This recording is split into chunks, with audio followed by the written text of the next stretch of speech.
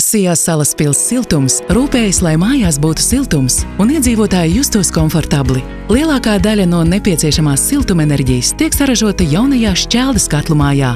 Daļa tiek iepirkta no gāzes koģenerācijas stacijas. Bet, kad vasaru nomaina ziema un termometra stabiņš rāda zem nulles atzīmes, katlu mājā darbu uzsāk pilnībā automatizēti augstas efektivitātes gāzes katli. Paskatīsimies, kā no Šķeldes siltumenerģija nonāk līdz mūsu māju radiatoriem.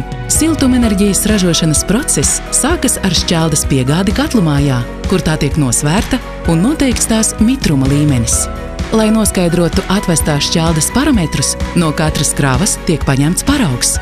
Katlā pārsvarā dedzina meža šķeldu, ko iegūst no koku biomasas, kas paliek mežā pēc cirsmas izstrādes. Izmantojot hidrauliskos bīdītājus, šķelda nonāk kurtuvē, kur tā tiek sadedzināta. Šķeldes sadegšanas temperatūra katla kurtuvē var sasniegt pat 1000 grādu. Visus tehniskos procesus katlu mājā uzrauga augsti kvalificēts operators. Šķeldai sadegot, rodas karstas dūmgāzes, kas tālāk tiek novadītas uz ūdens sildāmo katlu, kur tās uzkarsē īpaši apstrādātu ūdeni, siltumnesēju. Pirms dūmgāzes nonāk atmosfērā, tās iziet cauri multiciklonam, kas darbojas kā filtrs, attīrot karstās dūmgāzes no pelnu daļiņām. Siltumnesējs tiek sasildīts līdz noteiktai temperatūrai, un tālāk ar jaudīgu sūkņu palīdzību tiek novadīts uz pilsētas siltumtrasēm, kuru kopējais garums ir aptuveni vienāds ar attālumu no Salaspils līdz Rīgas ostai. Salaspils siltums piegādā siltumu līdz māju ievadam.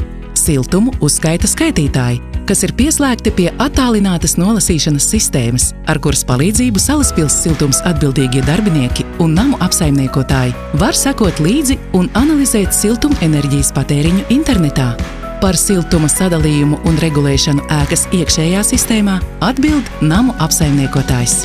Salaspils siltums sagatavo vienu rēķinu par kopējo ēkas siltumenerģijas patēriņu. Savukārt apsaimniekotājs aprēķina, sadala un izraksta rēķinu katram dzīvoklim par apkuri, karsto ūdeni un cirkulāciju. Mēs, Salaspils siltums darbinieki, ar lielāko prieku veicam savu darbu, rūpējoties par to, lai katrā mājā būtu silti, apkārtējā vide sakopta un iedzīvotājiem par siltumu nebūtu jāpārmaksā.